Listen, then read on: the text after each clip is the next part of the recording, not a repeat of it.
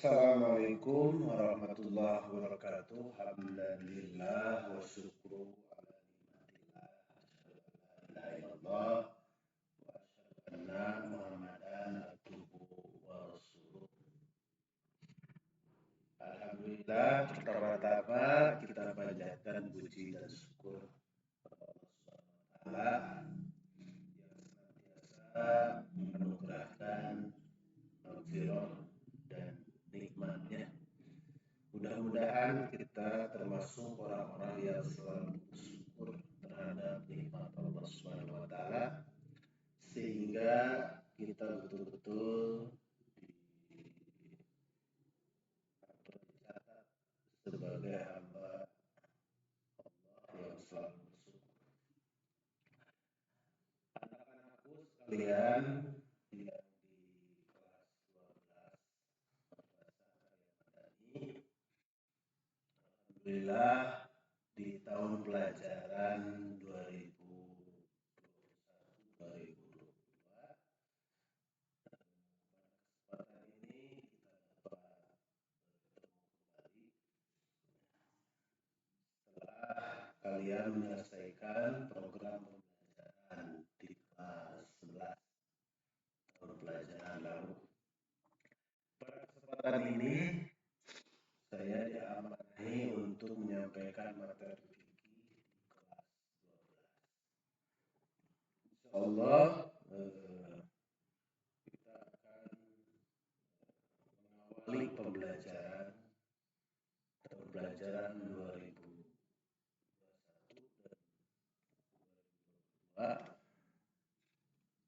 Adapun materi yang akan kita bahas di semester ganjil tahun ini, nanti saya sampaikan materi apa saja yang kita akan bahas dan kita akan diskusikan bersama ya.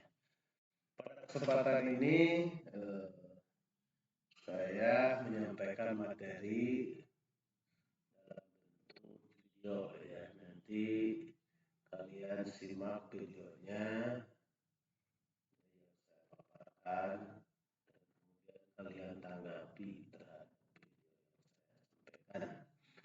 Kemudian apabila ada hal-hal yang tidak jelas yang perlu ditanyakan bisa nanti dikonfirmasi, bisa melalui WA, bisa melalui SMS, silahkan yang jelas nanti saya jawab. Sebelum kepada materi, saya akan menyampaikan terlebih dahulu berkaitan dengan program pembelajaran mata pelajaran di kelas 12. Tentu di dalam pelajaran ini seperti kalian di kelas 11 ada 4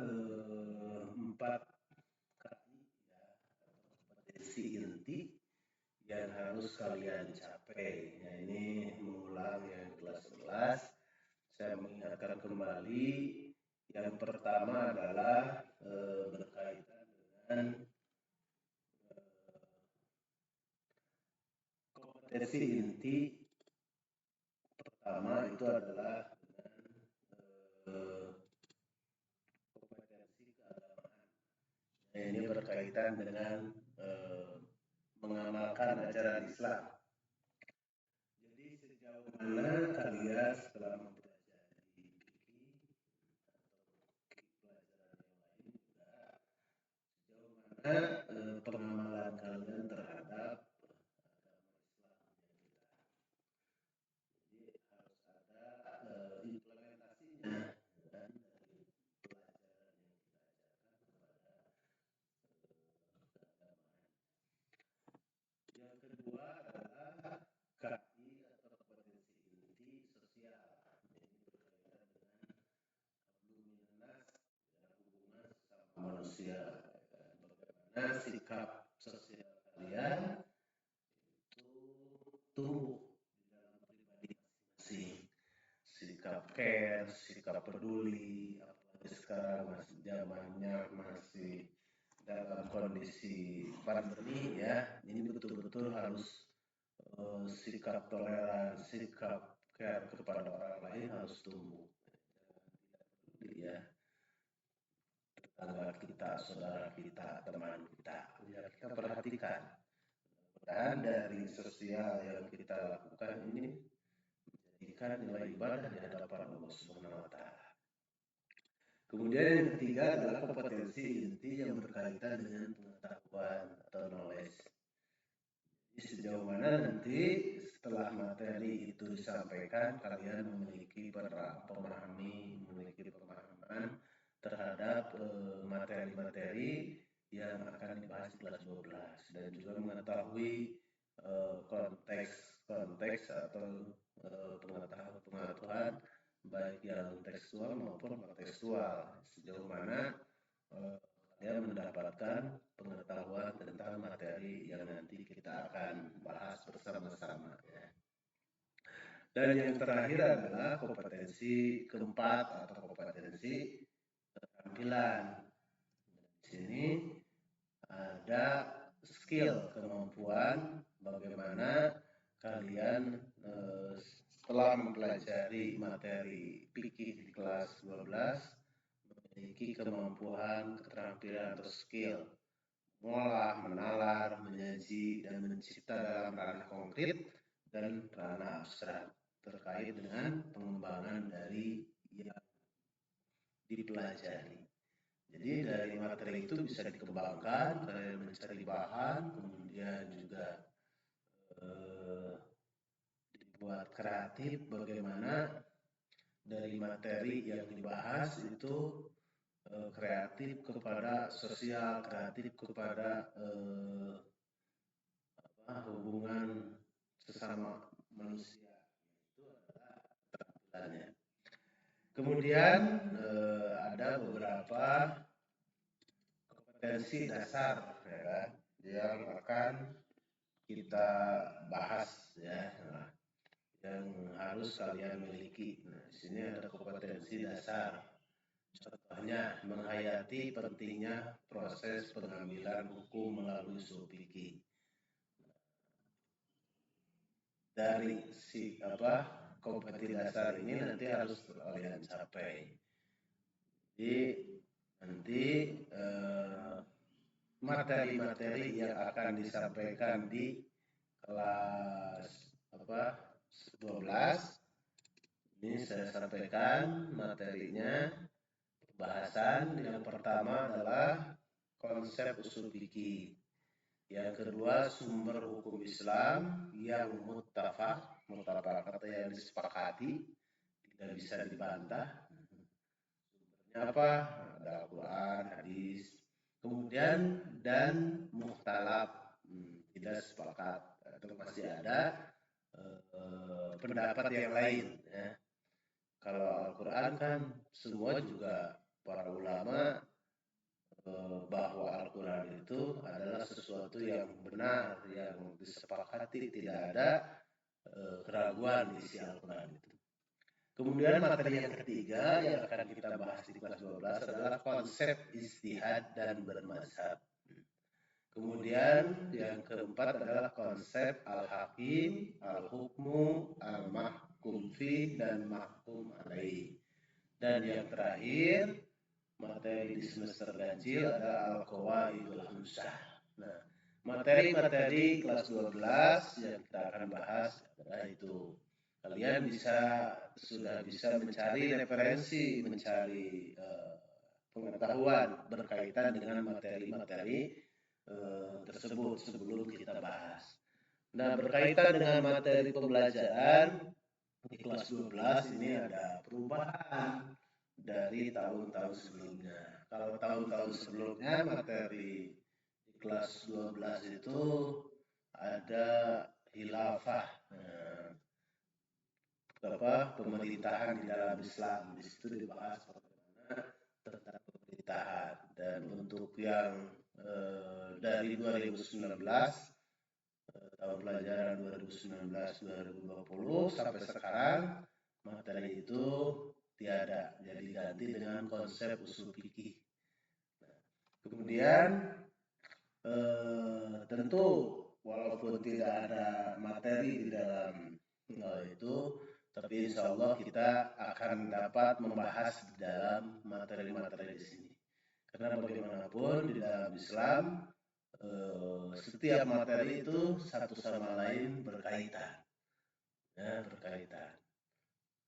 Kemudian materi yang tidak ada di kelas 12 yang sekarang dari yang dulu itu adalah materi yang berkaitan dengan jihad dalam Islam. Nah, karena materi itu di kurikulum yang sekarang menjadi tidak ada. Jadi dua materi yang sebelumnya ada, sekarang tidak ada adalah materi khilafah dan materi jihad. Insya Allah kedua materi tersebut bisa kita sampaikan di dalam materi-materi yang membahas tentang ini, ya. Anak-anakku sekalian, mudah-mudahan kalian tetap semangat, tetap memiliki giroh untuk mendapatkan ridho Allah Subhanahu wa taala. Jangan sampai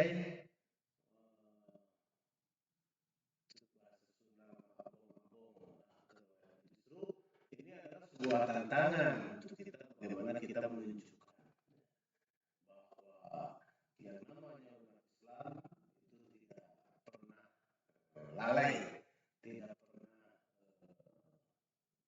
berleha-leha terhadap kebaikan. Karena itu kita belajar ini adalah suatu kebaikan, menuntut ilmu. Talabul ilmu fardhatun ala kulli muslimin. Menuntut ilmu itu suatu kewajiban untuk kita semua sebagai muslim. Maka bagaimanapun keadaannya, kondisi kita Islam khususnya anak-anak tetap semangat untuk belajar. Tidak ada alasan tidak.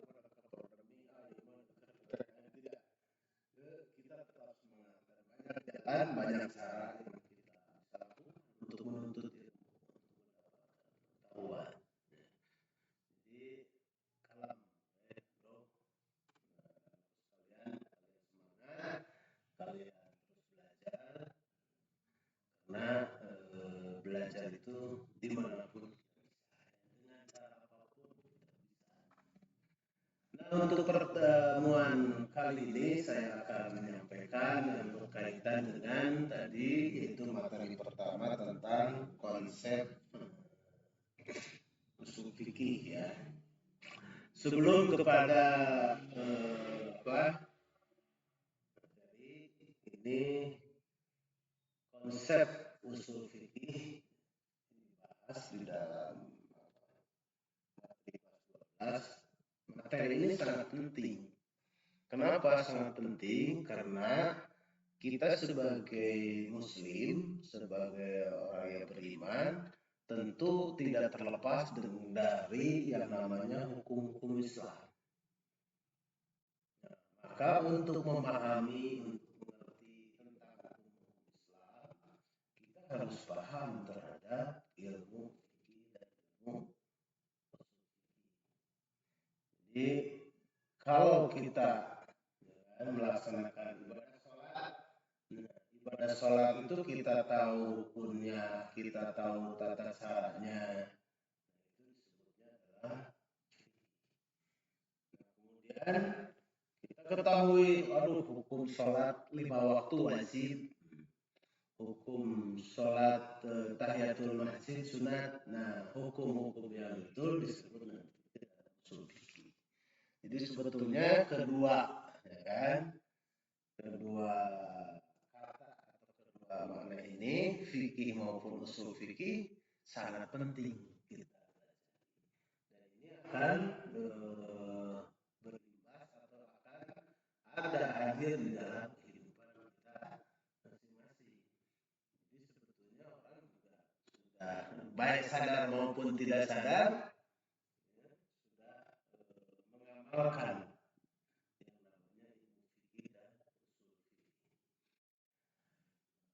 melanjutkan kita sebelum melanjutkan di sini ada pengertian fikih, fikhu al-fahmu, fikih itu pemahaman.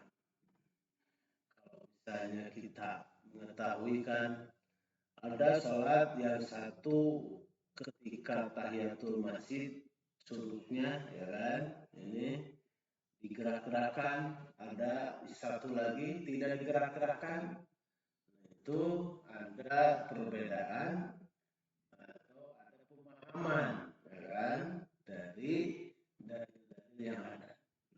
Nah, itu tidak usah kita sewot gitu ya. Yang penting selama dia memiliki landasan yang kuat yang dibenarkan ya silahkan, oke tidak masalah. Tetapi yang jelas yang namanya dalam ibadah itu harus betul-betul ada dasar hukumnya baik dari Quran, Sunnah maupun ijtihad sahabat. Karena itu di dalam fikih ini berasal dari bahasa Arab. Ya, secara etimologi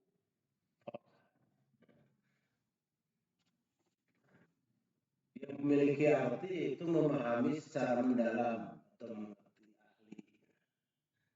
Maka orang-orang yang memiliki keahlian di bidang ilmu fikih sudah paham, sudah mengerti, sudah fakih, betul pemahaman terhadap fikihnya, terhadap makna-makna hadis, bagaimana menempatkan ya kan, suatu hadis kepada sebuah amal.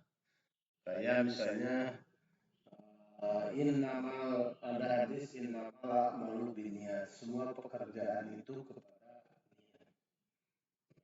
Kemudian ada orang sebagian ketika sholat sebelumnya melafalkan niat, melafalkan ya kan, ada juga yang tidak ketika mau sholat sudah komat langsung.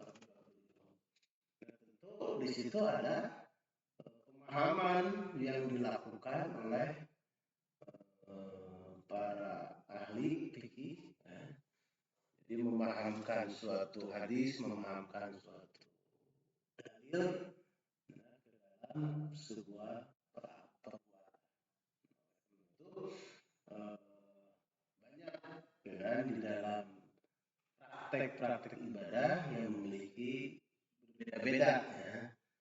Makanya dari sini karena adanya keterbukaan dari segi pemahaman mana yang benar, tentu pemahaman yang ditunjang oleh dalil ataupun nas-nas yang benar dari Al-Quran dan Sunnah. Walaupun misalnya ada dalilnya dari hadis, kalau hadis derajatnya nanti dhaif ya tentu tidak bisa diamalkan. Tentu di sini adalah hadis-hadis yang sahih. Nah kemudian di dalam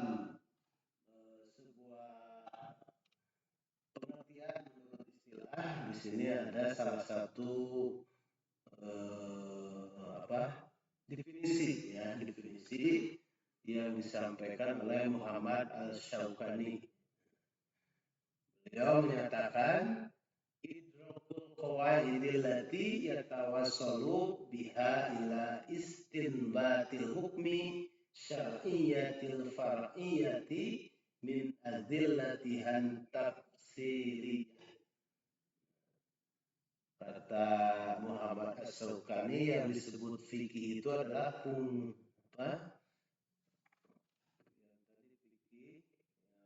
ini fikih dari segi istilah yang disampaikan oleh Abdul Wahab Khalaf. Al-fiqhu huwa majmu'atun al-ahkam al-syar'iyyah al-alamiyatil mustafadati min adillatiha tafsiriyah. Fikih adalah kumpulan ketetapan hukum syarak. Kumpulan hukum syarak, hukum-hukum syariat. Di situ kan ada hukum wajib, ada sunnah, ada makruh, ada haram, ada subhat. Di situ adalah kumpulan, maka disebutnya fikih yang berkenaan dengan perbuatan manusia. Apa saja perbuatan manusia? Ada yang termasuk ibadah, kan? Ada perbuatan akidah, muamalah. Di situ perbuatan manusia yang diambil dari dalil-dalilnya yang jelas dan berprinsip. Suatu amal, suatu perbuatan yang dilakukan oleh manusia, baik itu berkaitan dengan ibadah, muamalah, nah itu harus ada dasar hukumnya, harus ada dasar hukumnya, dalilnya. Apa kamu sholat? Ya, ada dasar hukumnya dari Al-Quran, hakim sholat. Dan ada dasar hukumnya dari al-hadis. Maka hukum-hukum itu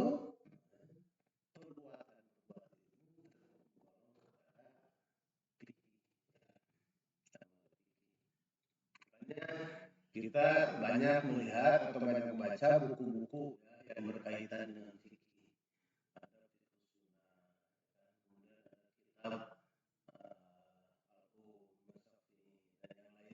Di situ kan dibahas mulai dari toharoh, ada tentang jual beli, ada tentang kurban, ada tentang sholat, ada tentang wudhu.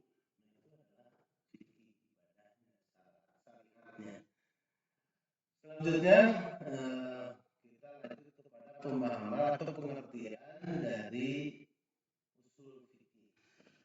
Usul fikih ini dari kalimat, dua kalimat.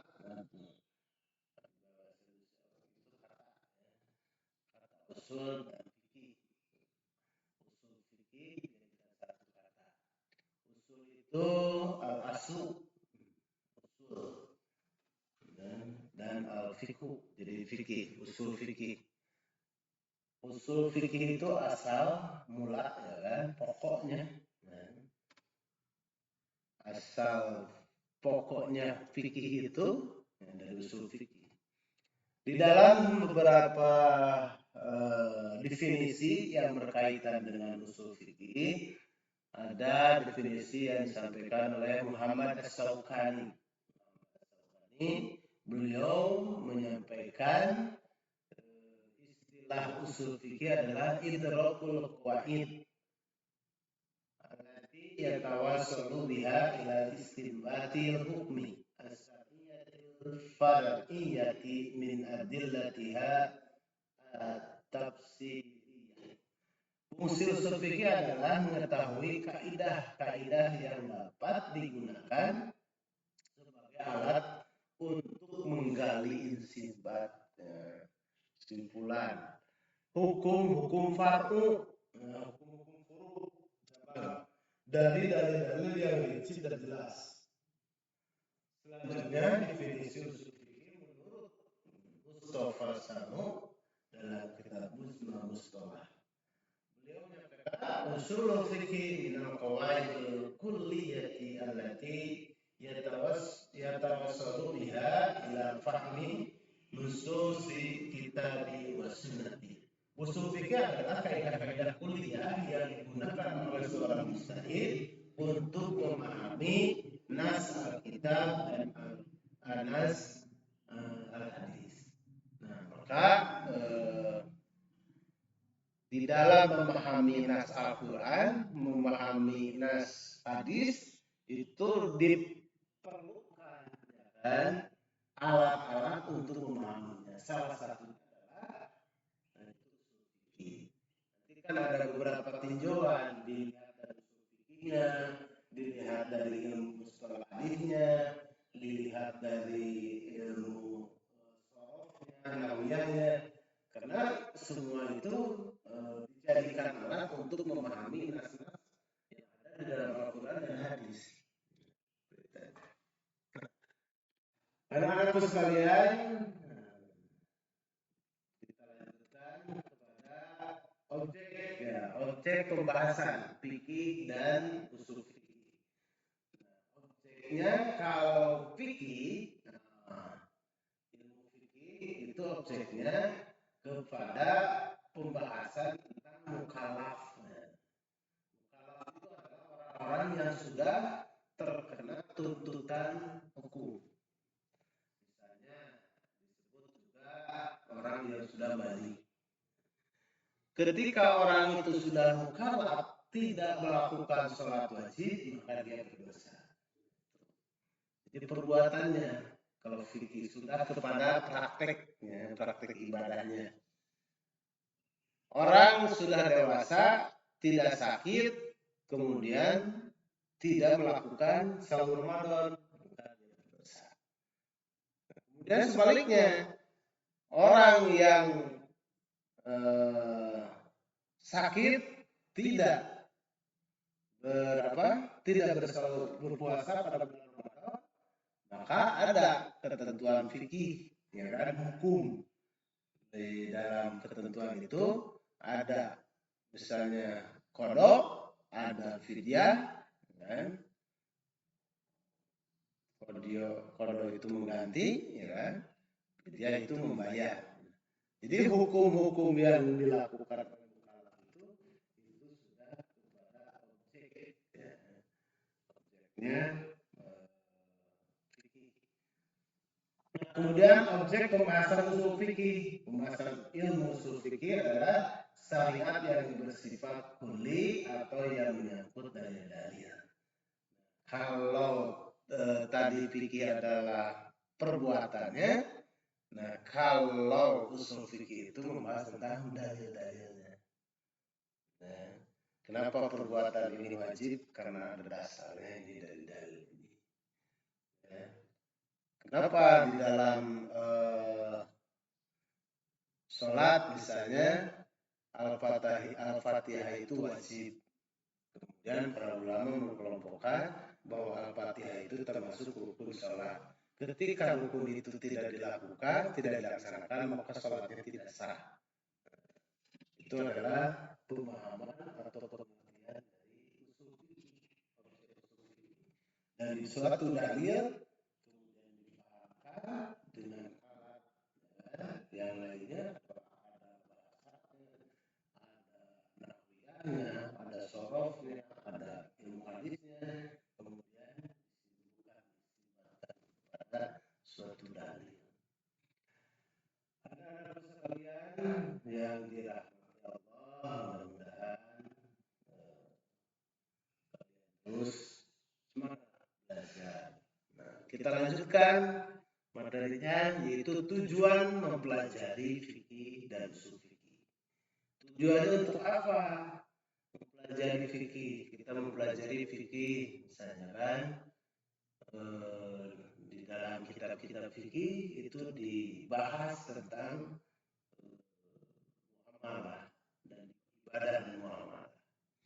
Tujuannya sebagaimana dijelaskan oleh Abdul Wahab Khalaf adalah terkait dengan penerapan hukum syara yang berhubungan dengan perbuatan atau perkataan seseorang. Itu dia jadi mukallaf. Ya, hukum penerapan hukum syara, hukum syariat dari Allah. Nah, penerapannya terhadap mukallaf, orang-orang yang sudah terkena hukum. Bagaimana? Wajib, hukum sunat. Nah, ini penerapannya. Maka kita dapat paham, dapat mengetahui itu adalah dari fikih. Maka ketika kita membaca buku ya berkaitan dengan fikih, ada sunnah atau fikih apa aja ya kan yang sudah diterjemahkan ke dalam bahasa Indonesia, maka di dalamnya itu banyak pembahasan tentang ibadah misalnya dari mulai wudu, taharah, kemudian ada sholat, zakat, saum, ibadah haji, pembahasan fikih. Nah, kemudian tujuan mempelajari usul fikih yaitu pemahaman tentang seluk-beluk dan proses penetapan hukum dan dalil-dalil yang melandasinya. Jadi bagaimana? Nah, ini mah kita mencari atau mengetahui kenapa ada hukum wajib, kenapa puasa itu ada yang hukum wajib, ada yang hukum sunat, ada yang hukum mubah, ada yang hukum haram. Nah, itu dari dalil. diterapkan oleh ilmu fikih. Seperti kemarin kita telah melaksanakan Idul Adha. Ada di dalam dalil tidak boleh pada Idul Adha hari raya itu saum dan hari-hari tasrik. Kemarin misalnya hari raya di hari Senin, kemudian kan haram saum di bulan hari raya. Nah, Selasa tidak saum, kita Rabunya mau Daud, boleh. Kenapa? Karena di situ termasuk hari-hari tasrik. Di dalam sebuah dalil hari tasrik itu adalah hari makan dan minum, jadi tidak boleh saum. Ketika orang melakukan saum, maka saum apapun itu, mau saum wajib ataupun saum sunnah. Kemudian itu dari tujuan mempelajari ilmu fikih dan ilmu fikih. Nah, selanjutnya menganalisa pertumbuhan dan perkembangan fikih dan usul fikih. Jadi kalau kita perkembangan fikih ini ya mulai dari Rasulullah SAW sebagai utusan Allah Subhanahu Wa Taala yang menjelaskan tentang kitab Allah Al-Quran di dalam kehidupan. Nah maka di dalam perkembangannya ilmu fikih itu terus-terusan mulai beberapa periode menurut salah satu ulama Jadul Haq, Ali Jadul Haq, bahwa pertumbuhan dan perkembangan fikih itu dapat dibagi ke dalam 5 periode. Periode pertama adalah periode Nabi dan masa kedatangan Islam. Periode Nabi, maka ketika ada syariat itu kan langsung dari Nabi. Dan Nabi yang menjelaskan, Nabi yang menyampaikan. Orang tidak paham langsung kepada Nabi. Kemudian pada periode sahabat tabi'in setelah Nabi, ya, maka para sahabat akan menjadikan acuan untuk menyampaikan berkaitan dengan fikih itu tentu adalah dari sumbernya itu Al-Quran dan Sunnah dan hadis ya yang dinukilkan oleh Rasulullah SAW. Selanjutnya periode kodifikasi itu pencatatan tadwin.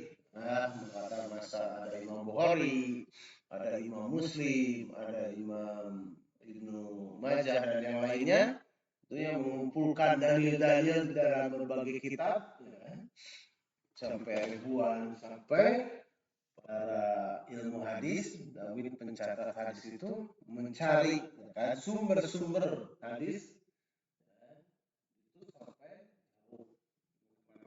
ketika ada ulama mereka datangi untuk menggali, untuk mencari informasi berkaitan dengan dalil-dalil menjadikan landasan hukum di dalam beribadah amalan. Kemudian masa keempat atau periode keempat itu periode berhentinya istihad. Setelah para sahabat tabi'in tidak ada dan hukum yang ditetapkan secara keseluruhan sebagai istihad. Ada yang namanya istihad sahabat. Itu adalah para sahabat yang beristihad. Ya. Kita tentu kalau kita beristihad di dalam ibadah tidak mungkin karena semuanya kan sudah terjelaskan di dalam dasar-dasar tuntutan, tuntunan Al-Quran dan Sunnah dan juga istihad para sahabat. Kemudian yang terakhir adalah periode kebangkitan. Di sini kan kita sekarang sudah mengetahui semakin kesini semakin maju, kemudian kemodernan, permasalahan bagaimana sekarang misalnya jual beli, kalau jual beli itu kan dulu tatap muka ya, sekarang itu kan ada online. media sosial, kemudian dia beli, ya kan, melakukan transaksi, hukumnya seperti apa, kan gitu. Dan ini sudah mulai ada masa kebangkitan masalah-masalah fikih. Di sini harus ditentukan sumber-sumber atau ketetapan hukumnya tentu adalah berlandaskan kepada tadi dalil-dalil yang ada di dalam Al-Quran dan Sunnah. Orang tidak bisa menetapkan atau mengambil kesimpulan in sifat hukum tidak dasar kepada Al-Quran dan Sunnah. Kemudian pertumbuhan dan perkembangan usul fikih pada dasarnya menurut Amir Sarifudin bahwa usul fikih itu bersamaan maksudnya dengan ilmu fikih. Tapi karena pengumpulan atau pengadministrasian ilmu-ilmu usul fikih itu setelah para tabi'in, ya kan? Karena misalnya ada di bawah tentang usul fikih. Nah, kaidah-kaidah tadi, ya kaidah-kaidah usul fikih ini tidak ada di zaman Nabi, di zaman sahabat, tapi secara prakteknya sudah dilakukan. Kemudian berkaitan dengan ini tadi perkembangan sudah jadi sampai pertumbuhan. Anak-anakku sekalian, untuk menambah kalian wawasan dan juga pengetahuan, silakan cari referensi yang lain berkaitan dengan konsep usul fikih. Apabila ada hal-hal yang Bapak sampaikan tidak berkenan atau tidak dipahami, dapat didiskusikan atau telepon. Ini materi pertama pembahasan di kelas 12 tentang konsep fikih. Mudah-mudahan materi ini menjadi pemicu, menjadi spirit untuk kalian semua mau belajar, mau mencari ilmu, dan mau mengembangkan keilmuan khususnya di bidang agama. Dan karena bagaimanapun ilmu agama adalah sebagai landasan pokok di dalam kehidupan. Bagaimana kalau misalnya kita tidak memakai agama, tentu akan sulit dan akan ribut menghadapi hidup. Oleh karena itu, kita bersyukur sampai saat ini kita masih diperkenankan, diridhoi oleh Allah Subhanahu wa Ta'ala memiliki agama Islam. Itu saja yang Bapak dapat sampaikan, mudah-mudahan bermanfaat. Apabila ada hal yang keliru, mohon maaf, itu keluar dari lisan saya. Yang benarnya adalah tentu mutlak itu adalah milik Allah dan Rasulnya. Sekian, wassalamualaikum warahmatullahi wabarakatuh. Insyaallah kita ketemu lagi di materi yang berikutnya. Apakah nanti bisa kita lakukan secara tatap muka atau masih kita lakukan secara daring. Sekian, wassalamualaikum warahmatullahi